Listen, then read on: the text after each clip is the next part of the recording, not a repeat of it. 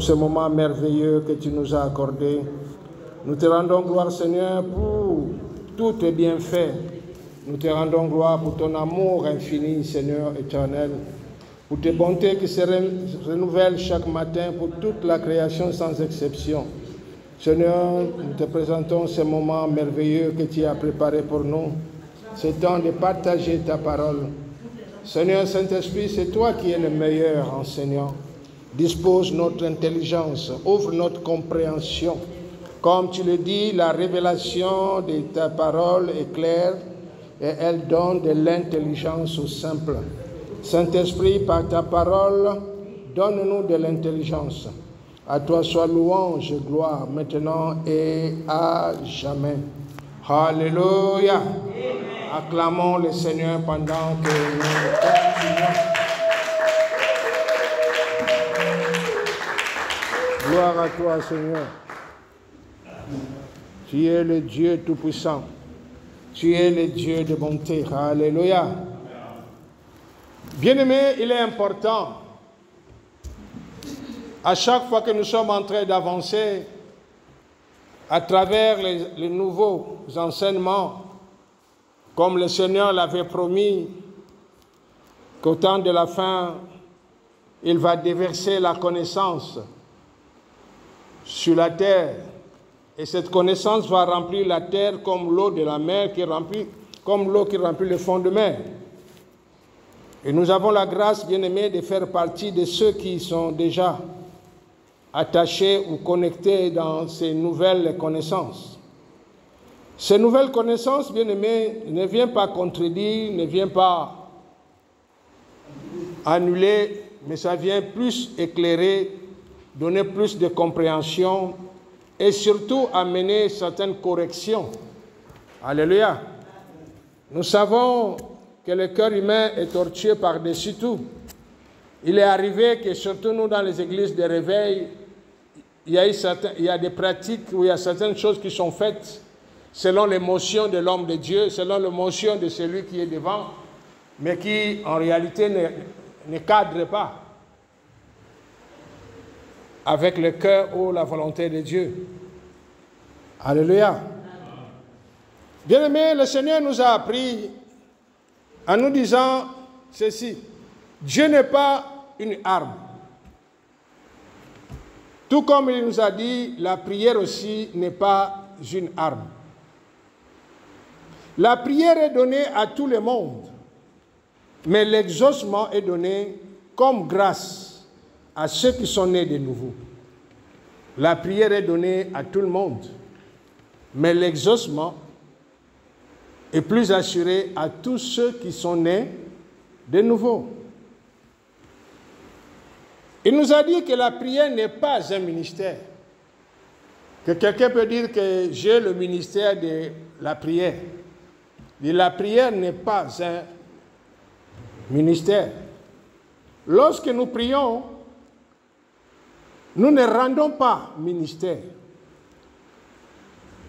Contrairement à l'intercession. L'intercession est un ministère. À chaque fois que nous nous tenons dans l'intercession, nous rendons ministère.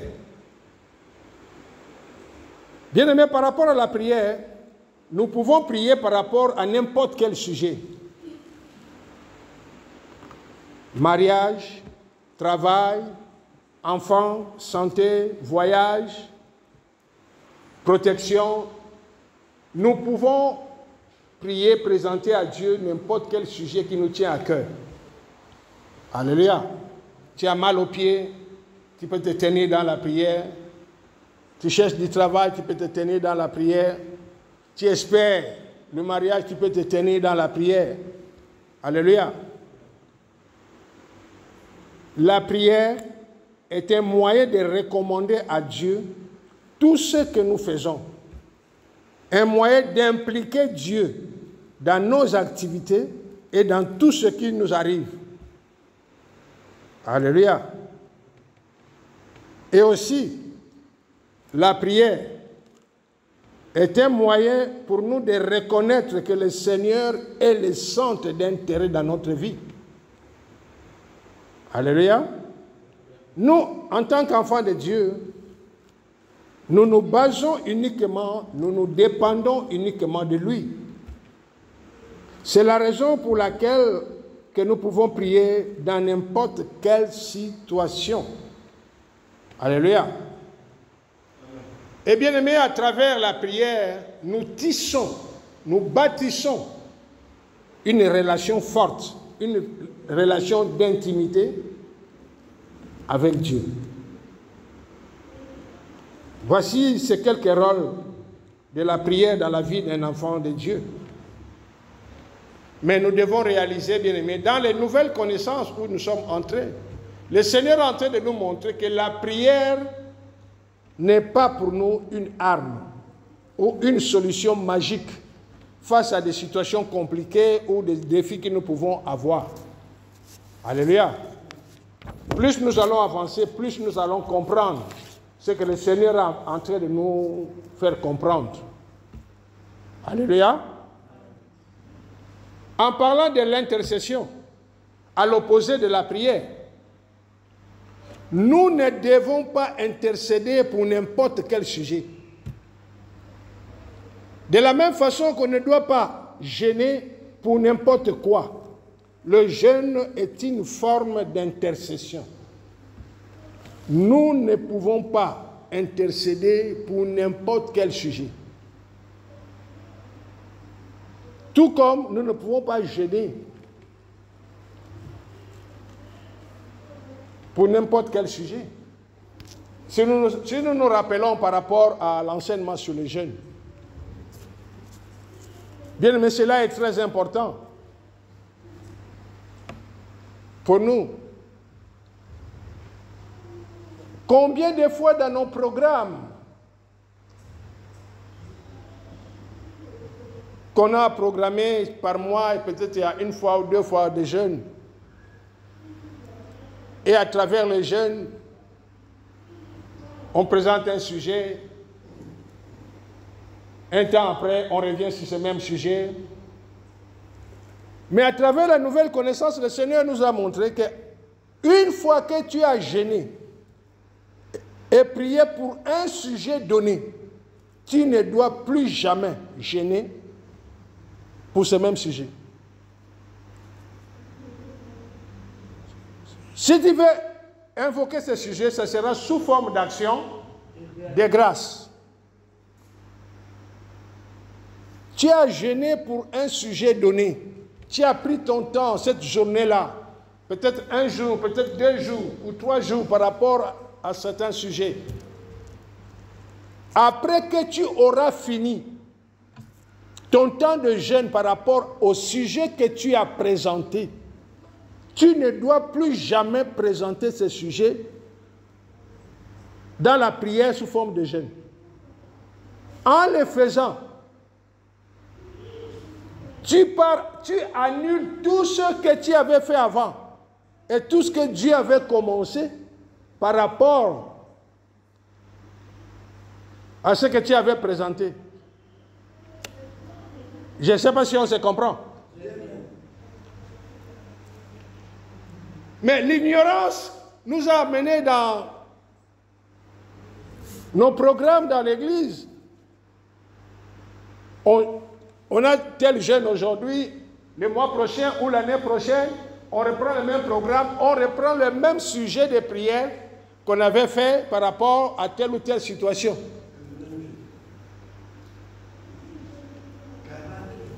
En le faisant, au fait, c'est comme tu as battu et tu viens, tu détruis tout pour recommencer à zéro. Tout sujet présenté par rapport à travers le jeûne et prière ou l'intercession, ces sujets deviennent le sujet des actions de grâce. Seigneur, je te rends gloire pour ce que j'avais présenté. Je sais que tu as mis en action. Je sais qu'on t'a marqué. Tu vas te glorifier. Seigneur, souviens-toi. Tu n'es pas un homme pour mentir, le fils de l'homme pour se repentir. Ce que ta bouche dit, ta main l'accomplit. En son temps, ce ne tu vas accomplir. Tu rends les actions de grâce pour le sujet auquel tu as intercédé. pour le sujet auquel tu as jeûné, mais ne plus revenir représenter, faire un nouveau programme en prenant le même sujet. On est ensemble? Bien-aimé, intercéder, comme j'ai dit la dernière fois, le Seigneur nous a ajouté ceci. Celui qui intercède, bien-aimé, doit payer un prix. Il y a un prix à payer par rapport à l'intercession. Intercéder, c'est être prêt à renoncer à notre propre bonheur pour que celui pour qui nous intercédons soit heureux. Or, le Seigneur a tout payé pour notre bonheur.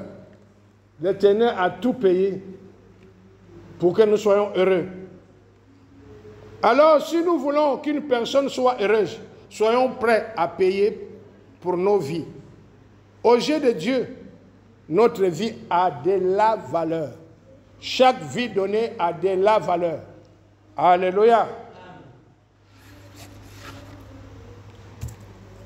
Que l'Éternel soit glorifié.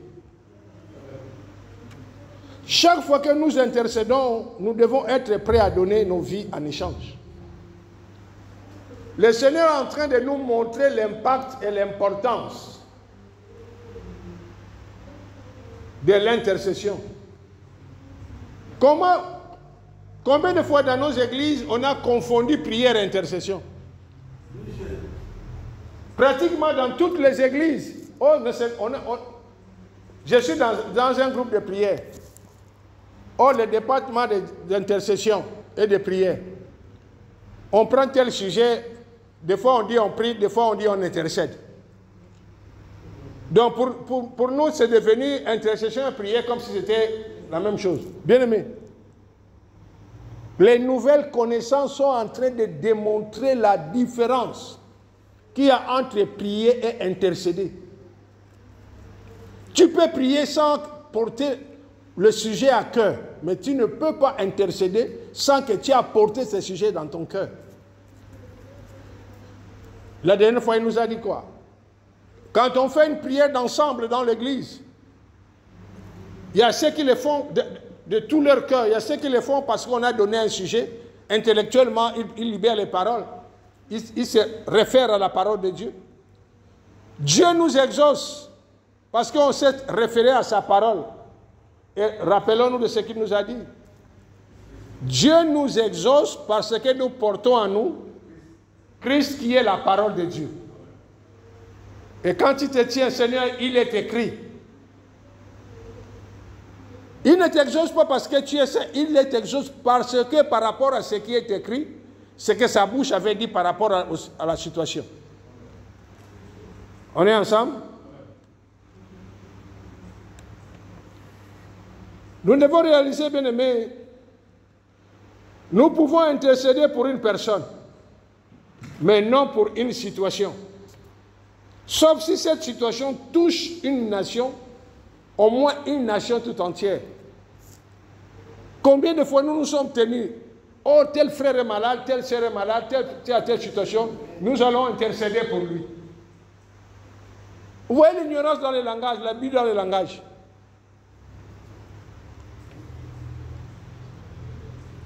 C'est vrai qu'on peut prier, on peut intercéder pour une personne, à tel point que nous sommes prêts à mettre notre vie à la place de cette personne. Rappelons-nous de ce qu'il nous avait dit. Lorsque quelqu'un est dans une fosse, que tu veux le faire sortir, dans certaines conditions, il faut être prêt, toi, à descendre dans la fosse, pour que la personne monte sur tes épaules, qu'il puisse sortir. Alléluia. C'est très important, bien-aimés, dans les temps où nous sommes, dans ces temps de la fin, surtout pour nous qui avons la grâce de faire partie des ministères qui sont en train de recevoir les nouvelles connaissances, pour amener cette correction, pour savoir. Il y a beaucoup de situations qui se passent dans nos églises où Dieu exauce, où Dieu agit, non par rapport à sa volonté parfaite, mais c'est par rapport à sa volonté permissive. Alléluia. Bien-aimés, nous devons réaliser que la prière doit être bénéfique pour nous. À notre tour, nous devons utiliser cette grâce à travers la prière pour faire du bien à ceux qui sont autour de nous ou à tous ceux pour qui nous voulons intervenir. Rappelons-nous, bien-aimés, le Seigneur nous a dit, il y a des sujets auxquels que nous ne pouvons plus jamais intercéder. Exemple, quelqu'un qui se tient, qui est en train d'intercéder pour obtenir la grâce ou la faveur de Dieu. Quelqu'un qui est en train de prier, de jeûner pour avoir l'onction dans tel domaine ou dans tel domaine. Quelqu'un qui intercède pour le mariage, pour le travail, pour le voyage. Ou quelqu'un qui se tient à prier, à jeûner, à intercéder, afin qu'un des parents, son mari, sa femme, ses enfants ou tel parent puissent accepter le Seigneur. Le Seigneur a dit, c'est une peine perdue. Si nous voulons prier pour quelqu'un qui n'a pas accepté le Seigneur, mais que nous portons à cœur, adressons-nous au Saint-Esprit. C'est lui qui convainc de péché et de justice. Alléluia. Quel prix que nous pouvons payer en nous tenant dans l'intercession pour la personne, afin qu'il naisse de nouveau. Mais nous pouvons nous tenir auprès du Saint-Esprit, solliciter qu'il puisse toucher son cœur. Alléluia. On est ensemble? Je ne sais pas quand ma femme priait pour moi. Quand elle m'a dit une fois, il dit pendant qu'on dormait, des fois quand elle mettait sa main sur ma poitrine, en train d'intercéder, que mon cœur soit ouvert, que mon cœur accepte le Seigneur.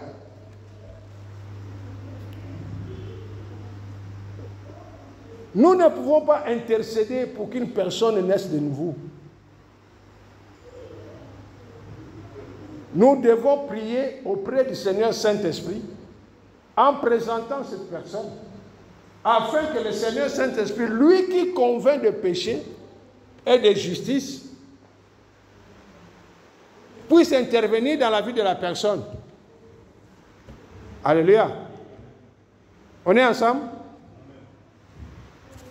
Alléluia.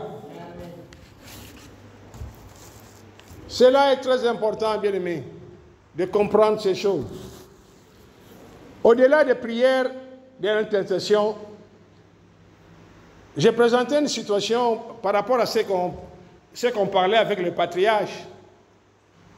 Je lui ai présenté cette situation que je vous ai dit, que j'ai suivi un documentaire. C'est un pays asiatique où on fait marier les enfants, les petites filles de 6 ans, 8 ans. Et il arrive qu'il y a des fillettes qui meurent sous la pression de ces rapports, de cette relation. Et j'ai dit au patriarche, j'ai présenté cette situation. J'ai dit, j'ai à cœur qu'au temps marqué, quand le temps sera là que nous rentrons, nous devenons opérationnels, ça fait partie des nations ou des lieux où je veux me rendre avec l'autorité que le Seigneur nous a donnée pour leur dire que cela doit s'arrêter. Et si cela va continuer, je leur dirai que toute personne qui va marier une fillette mineure, enfant, deviendra impotent durant le nombre des années que je vais dire.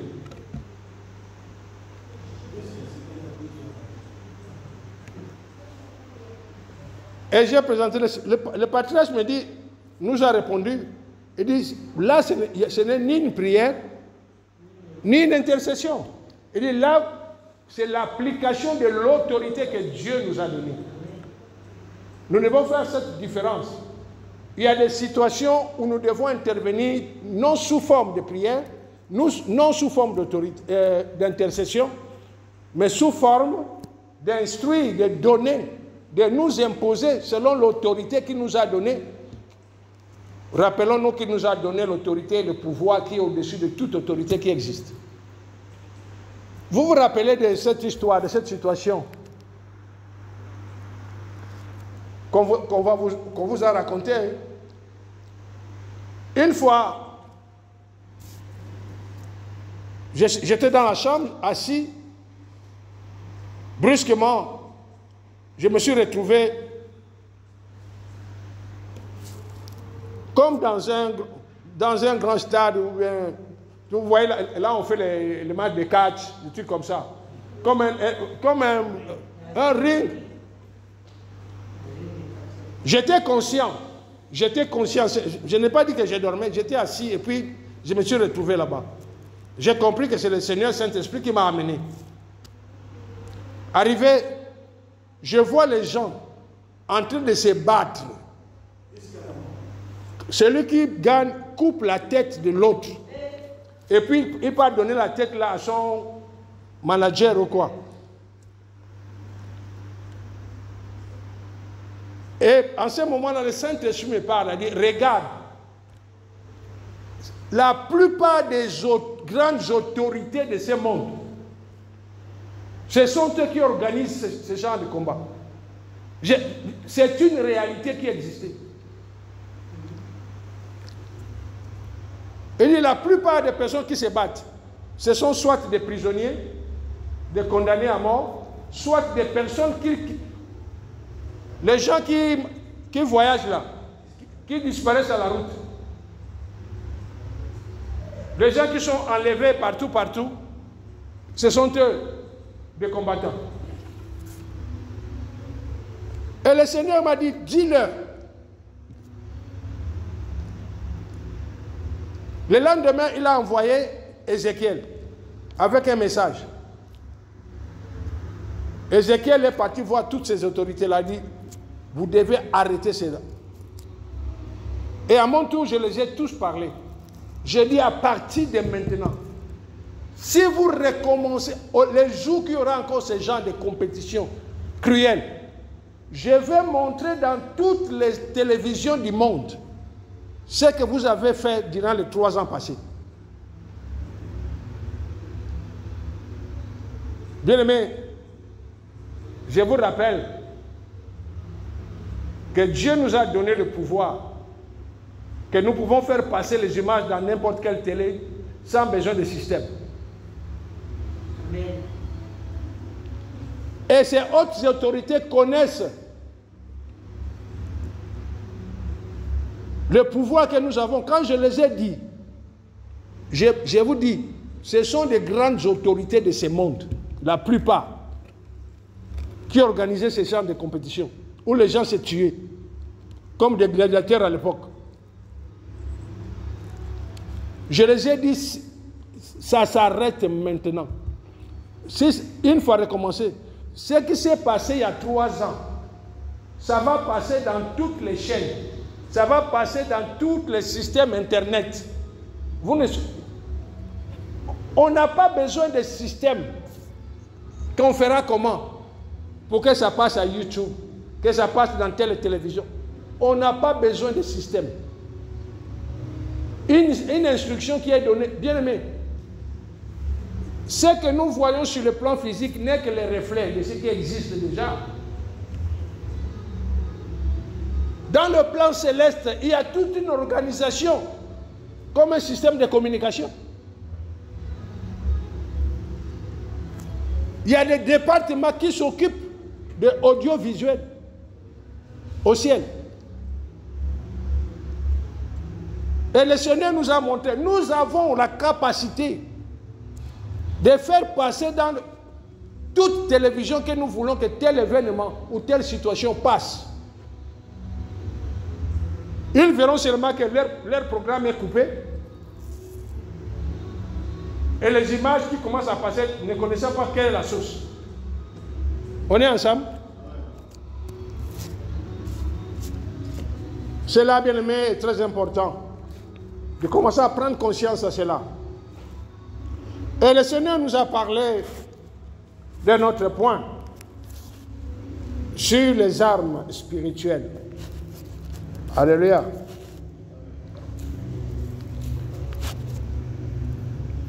Il est important, bien aimé, que nous comprenions la grâce que Dieu nous a faite de ce que nous sommes. Longtemps, nous avons marché dans l'ignorance. Je crois qu'au temps marqué, nous allons développer par rapport aux armes spirituelles.